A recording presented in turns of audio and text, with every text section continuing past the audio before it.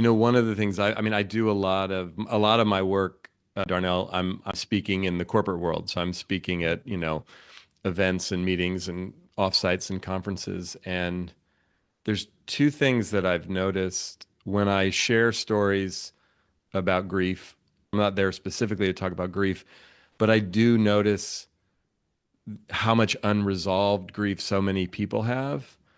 Because I can imagine, I mean, I can only imagine how much this happens with you, but if I share a little bit about it or when I've written about it, so many people come up and tell me their grief stories, which I'm always incredibly honored by. But I also noticed that when I was grieving, actively grieving right after some of these significant losses, and I shared about it, even people that I was only connected to professionally would reach out and talk to me about their faith or about God or about spirituality, or even say things like, I love you or I'm praying for you. And I was, again, really touched by it, but sort of struck by that's not the normal business conversation that we're Mhm. having.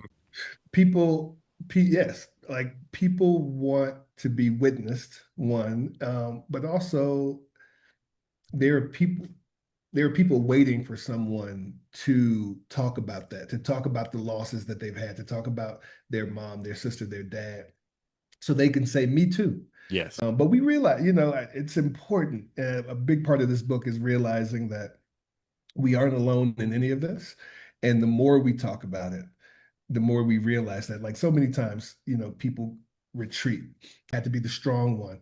And they, by doing that, they isolate themselves because it's like, if I receive it, it might break me Right. and can't be in this role anymore as the strong one for whoever. And it's like, you don't have to be. You Right. can, and I tell people all the time, you can all fall apart together. Yeah. Like and there's no one who needs to steer the ship right now.